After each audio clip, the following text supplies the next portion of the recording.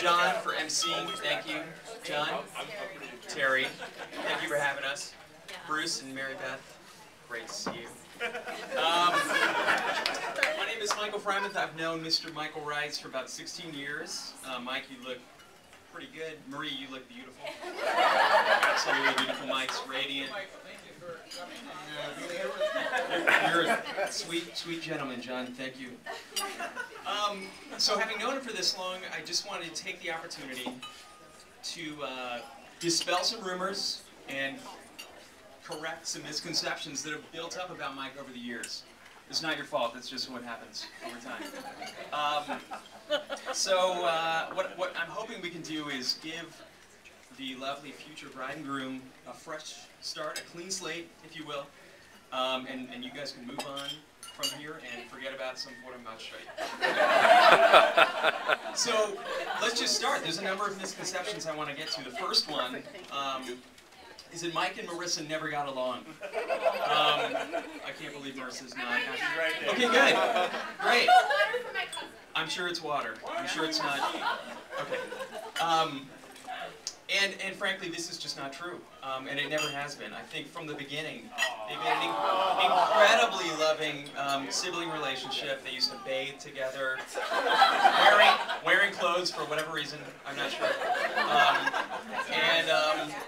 They were incredibly close. I think from an early age, from a very early age, Marissa took Mike under his wing and taught him things about fashion, maybe something about math. I think you're witnessing the aha moment for Mike. Clearly gets it, right there. And as they continue to get older, you know, Marissa really blossomed, Mike got just bigger. And they've been doing great ever since, so let's just put that one to rest. Let's put it to rest. It's done. Misconception number two, related to number one, but a little bit different, is that, and hold on, is that as the second child, and as Marissa the trailblazer, Mike always had it easy. And never fully respected his parents. I know this is not true, and that's why I'm talking about it right now. It's a misconception, and I want to prove it false. The first shot, Mike has a lot of respect for both of his parents, but obviously Terry and him were incredibly close, so much so that for about a good 6 years, you had the same haircut. You can't get around it. The funny thing is, you both look gorgeous. So just, there it is. I think something that's great about Mike and something that John helped kind of push for him was the fact that he was always a very studious child. For instance, he graduated college, and he did it in a tie-dye shirt.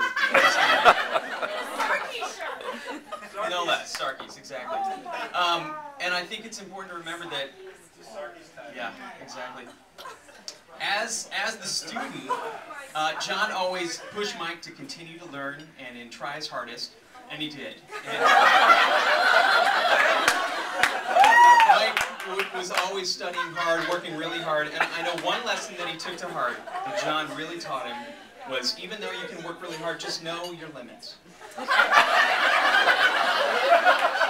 I think that's something that you guys, together, you feel. Exactly. Okay, so let's keep moving. So this is a big one. There's actually a bigger one coming, but Mike is often mistaken as a celebrity, and for obvious reasons. He's larger than life, and he's just kind of got a charismatic attitude. A lot of people mistake him for people he's not.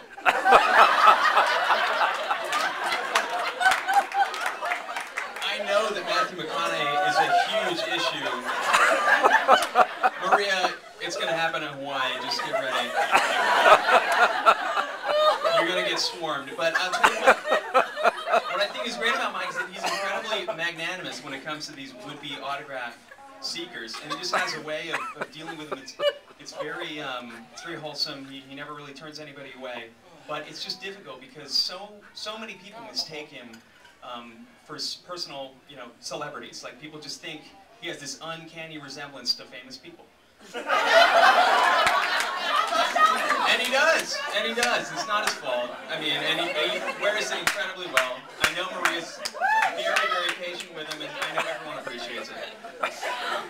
All right, so the next one is a big one. Mike has no personal style. This is not true. Absolutely not true. In fact, it makes me mad to even say it. But a lot of people say he doesn't. And clearly, when you look at the way he's parting his hair in the middle, his shirt and vest is entirely buttoned up, he knows that you know he looks good.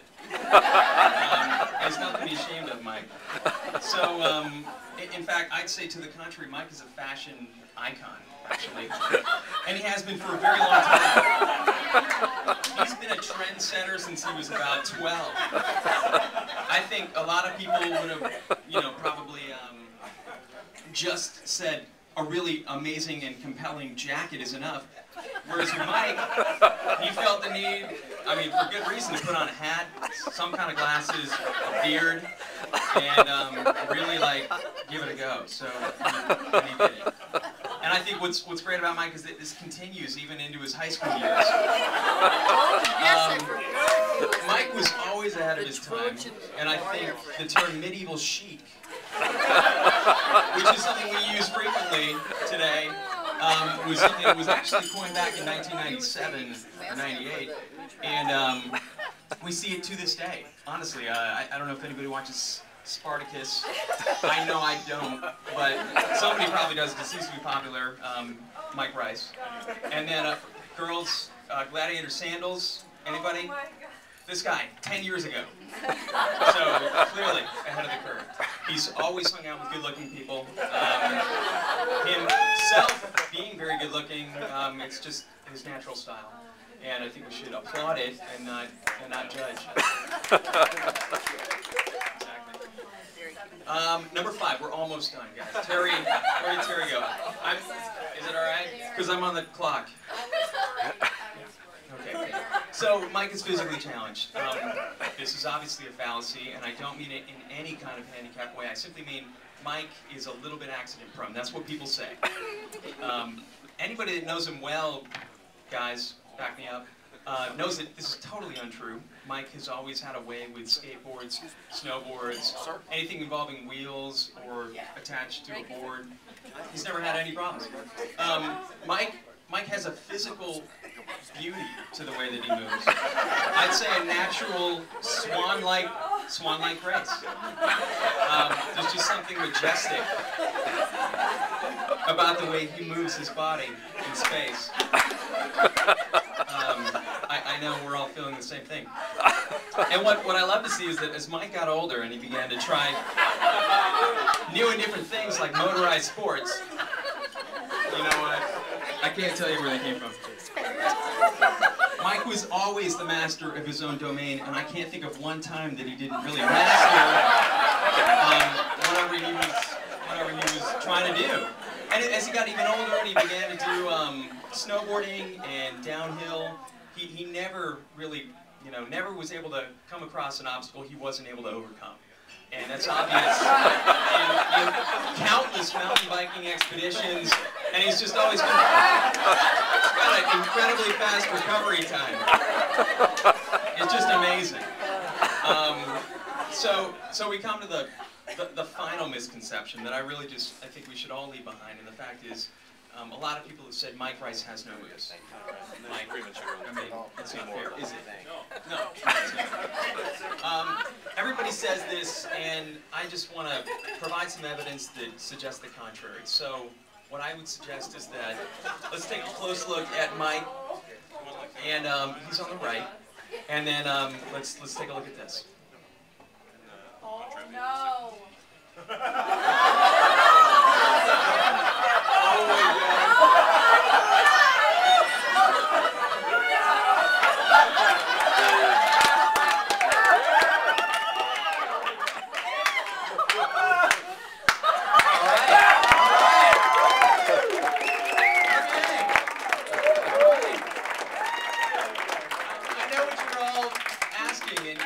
The play this again in slow motion. I just couldn't figure out how to do that. But what I was able to do was put it on YouTube about 2 weeks ago. And I gotta say, like, it's impressive. Everybody take a close look. 325,510 views. I mean,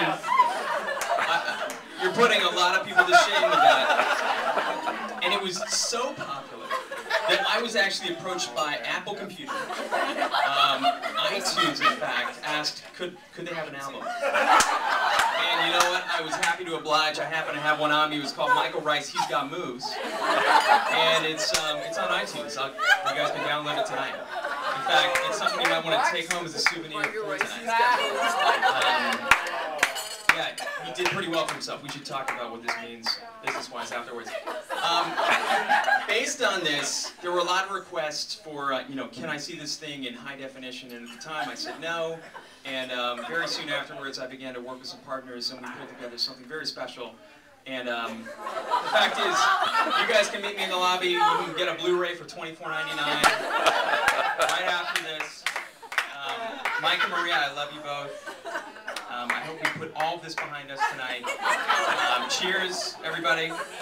Raise a glass to Mike and Maria.